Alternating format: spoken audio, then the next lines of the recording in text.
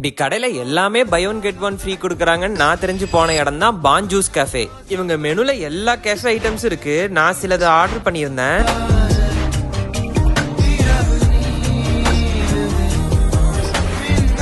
இவங்க மெனுல juice and shake எல்லாமே buy one get one free. நாங்க 4 வாங்கியிருந்தோம், எங்களுக்கு 8 ஜூஸ் அண்ட் ஷேக் கிடைச்சது.